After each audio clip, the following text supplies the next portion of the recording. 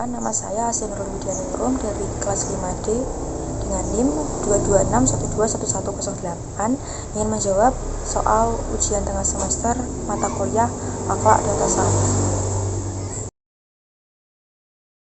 Kebenaran Al-Quran dan Hadis sebagai standar akhlak dapat dibuktikan secara ilmiah melalui beberapa poin. Yang pertama yaitu keseimbangan ajaran yang menekankan nilai-nilai moral seperti kejujuran yang terdapat dalam surat Al-Baqarah ayat 42 dan keadilan yang terdapat dalam surat An-Nisa ayat 58. Yang kedua yaitu studi ilmiah menunjukkan bahwa praktik spiritual seperti sholat dan zikir itu bisa mengurangi stres dan meningkatkan kesehatan mental.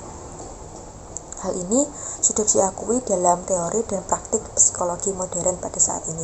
Yang ketiga yaitu beberapa ajaran Al-Quran seperti penciptaan manusia yang terdapat dalam surat Al-Mu'minun ayat 12-14 itu sejalan dengan penemuan ilmiah tentang embriologi pada zaman sekarang. Hal ini menambah kredibilitas Al-Quran sebagai sumber etika dan akhlak. Terdapat 4 faktor utama tentang pembentukan akhlak seseorang yang dikenal dalam filsafat. Yang pertama yaitu aliran nativisme. Aliran nativisme berpendapat bahwa akhlak seseorang ditentukan oleh faktor bawaan lahir atau faktor keturunan. Pengikut aliran nativisme ini percaya bahwa manusia itu sudah membawa sifat baik atau sifat buruk sejak dari lahir. Kemudian pandangan Islam mengenai aliran nativisme ini yaitu Islam tidak sepenuhnya mendukung aliran nativisme. Dalam Islam, manusia itu dilahirkan dalam keadaan fitrah atau suci. Namun, lingkungan, pendidikan, dan usaha manusia itu sendiri yang membawa peran penting dalam pembentukan akhlak. Yang kedua yaitu aliran empirisme. Aliran ini menyatakan bahwa akhlak terbentuk dari pengalaman dan pengaruh lingkungan. Menurut empirisme, manusia lahir itu seperti kertas kosong dan pengalaman hidup itu yang menulis karakter seseorang. Kemudian pandangan Islam mengenai aliran empirisme ini yaitu Islam mengakui pentingnya lingkungan dalam pembentukan akhlak seseorang, terutama melalui pendidikan dan pengalaman. Namun, Islam menekankan bahwa adanya peran fitrah manusia dan kehendak bebas untuk memilih jalan kebaikan mereka sendiri. Yang kedua yaitu aliran hedonisme.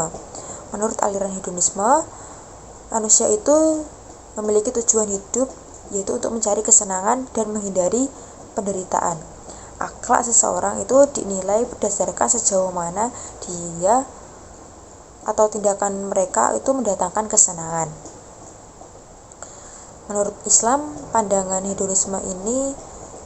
Islam menolak pandangan hedonisme ini karena menganggap bahwa kebahagiaan sejati itu tidak diukur dari kesenangan duniawi, tetapi juga mencakup kepatuhan mereka terhadap Allah dan menjalankan perintahnya untuk meraih kebahagiaan dunia dan akhirat. Kemudian yang terakhir yaitu aliran voluntarisme. Aliran ini menekankan bahwa akhlak terbentuk dari kehendak dan kebebasan individu untuk membuat keputusan. Seseorang itu bebas untuk menentukan baik atau buruknya suatu tindakan berdasarkan kehendak mereka sendiri. Kemudian pandangan Islam mengenai aliran voluntarisme ini yaitu Islam mengakui adanya kehendak bebas atau ikhtiar manusia dalam memilih perbuatan baik atau perbuatan buruk. Namun, kebebasan ini harus sesuai dengan petunjuk atau syariat Allah yang menjadi pedoman dalam membedakan yang mana yang baik dan yang mana yang salah. Kita harus berakhlak kepada Allah Subhanahu wa Ta'ala karena sebagai makhluk kita diciptakan olehnya dan bergantung padanya atas segala hal. Meskipun Allah tidak membutuhkan ibadah kita, berakhlak kepadanya merupakan bentuk rasa syukur, penghambaan dan pengakuan atas kebesarannya. Berakhlak baik juga mendekatkan diri kita kepada ridhonya dan kebaikan di dunia maupun di akhirat. Kemudian bentuk-bentuk berakhlak kepada Allah meliputi yang pertama yaitu beriman kepadanya. Itu dengan meyakini dengan sepenuh hati bahwa Allah itu satu-satunya Tuhan yang berhak disembah dan menjalankan segala perintahnya. Kemudian nomor 2 yaitu bersyukur. Itu dengan menghargai dan berterima kasih atas segala nikmat yang diberikan oleh Allah dan menjalankan ibadah dan kebaikan. Yang ketiga yaitu bertawakal, dengan menyerahkan segala urusan kita kepada Allah setelah kita berusaha semaksimal mungkin, yakin bahwa keputusan Allah adalah yang terbaik. Yang keempat, ikhlas dalam beribadah, dengan melakukan ibadah hanya untuk Allah tanpa mengharapkan pujian dan balasan dari manusia.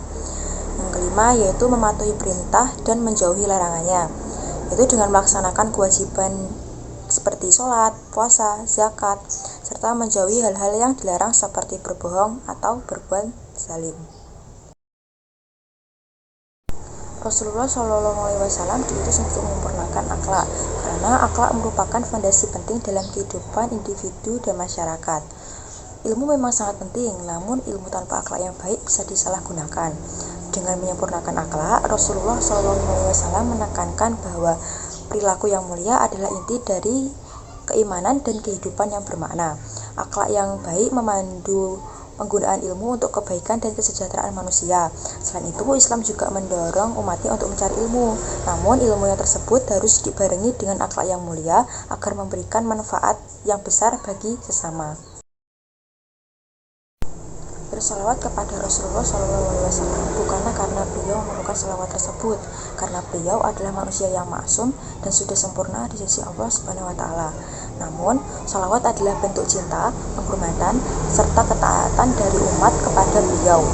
Manfaat utama dari salawat tersebut juga kembali kepada umat itu sendiri, karena dengan bersalawat kita memperoleh keberkahan, rahmat, syafaat dari Rasulullah SAW.